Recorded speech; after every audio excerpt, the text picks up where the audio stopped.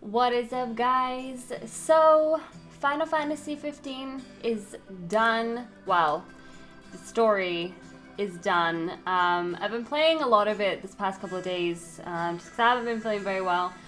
And yeah, I've been basically playing a lot of the side quests and enjoying myself and just chilling out and whatnot. But I said to you guys off of the back of the finale video that I was gonna just do this video here to talk about my feelings in regards to Final Fantasy 15.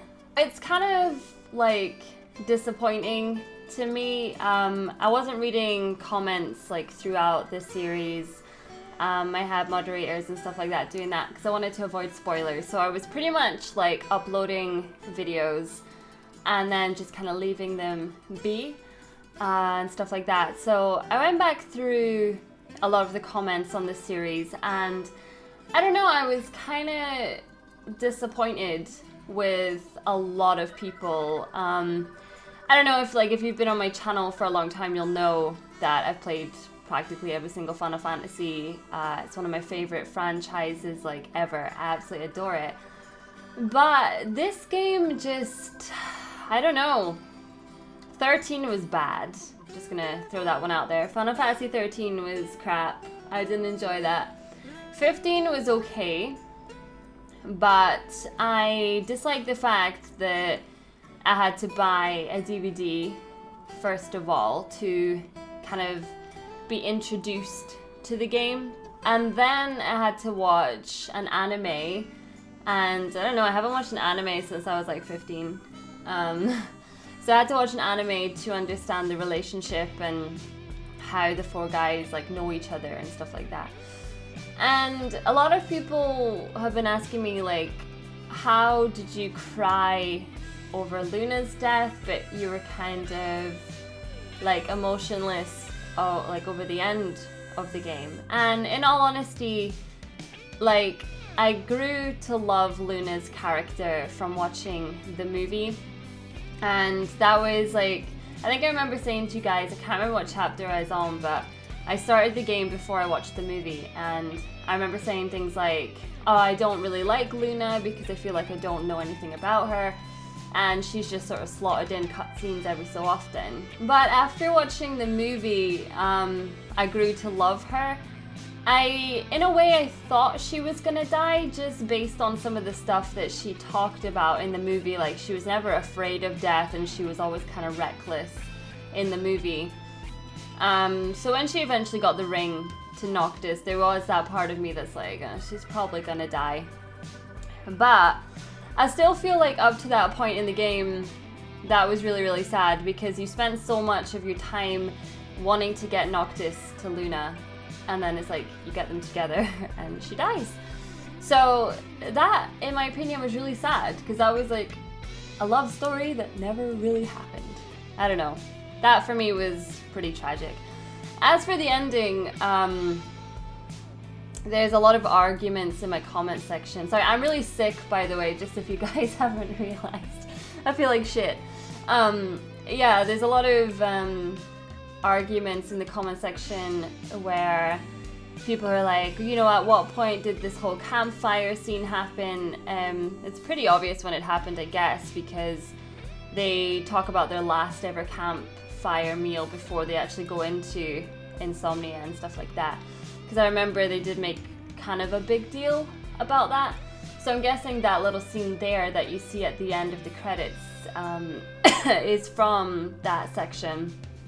Just there, and obviously Noctis knew he was gonna die, so he was kind of wanting to tell his friends how much he loves them and stuff like that. But people again were kicking off about that because apparently in different languages he says a lot more personal, I love you guys and you're my brothers and this and that. And apparently the English, I can't remember exactly what he says, but it was a letdown or something like that. I don't know, people are just negative. I don't get it. I feel the game overall is okay. I have a lot of fun doing the side quests and leveling up and stuff like that, but that's always been one of my favorite things to do in a Final Fantasy game. But the story is just such a letdown. It's I don't know. It's kind of left open to interpretation with the guys. Some people are saying that the guys died because obviously when Noctis walked away, he left them defenseless and the demons killed them, and that's why you could see them in like the afterlife when Noctis eventually gets rid of Arden and stuff. But it's kind of left open to interpretation, and that's causing arguments between people. And yeah, I don't know how I feel about that one. I like to think that they didn't all just die, because that's what disappointed me about the end of the game. It's like, you go on this adventure and let's just kill everyone, you know, let's just kill off absolutely everybody. And I think it's a funny one because people were expecting me to get really, really sad about that, but I was more frustrated just being like, okay, well, I knew that was going to happen. I was so obvious that that is what was going to happen because it was practically told back in chapter 12. So it's like kind of telling you what's going to happen, and then it happens and you're supposed to act really surprised. And I don't know, I kind of sat there and I was like, oh, it's kind of sad, but I knew it was going to happen, so it doesn't really affect me that much, you know what I mean? Like, people were saying, oh, you were sadder when it was the Last Guardian and stuff like that, and it's like, well, the fact is, I connected more with the Last Guardian within the first 20 minutes than the like 60 plus hours that I've already put into this game, and it's actually a lot more now.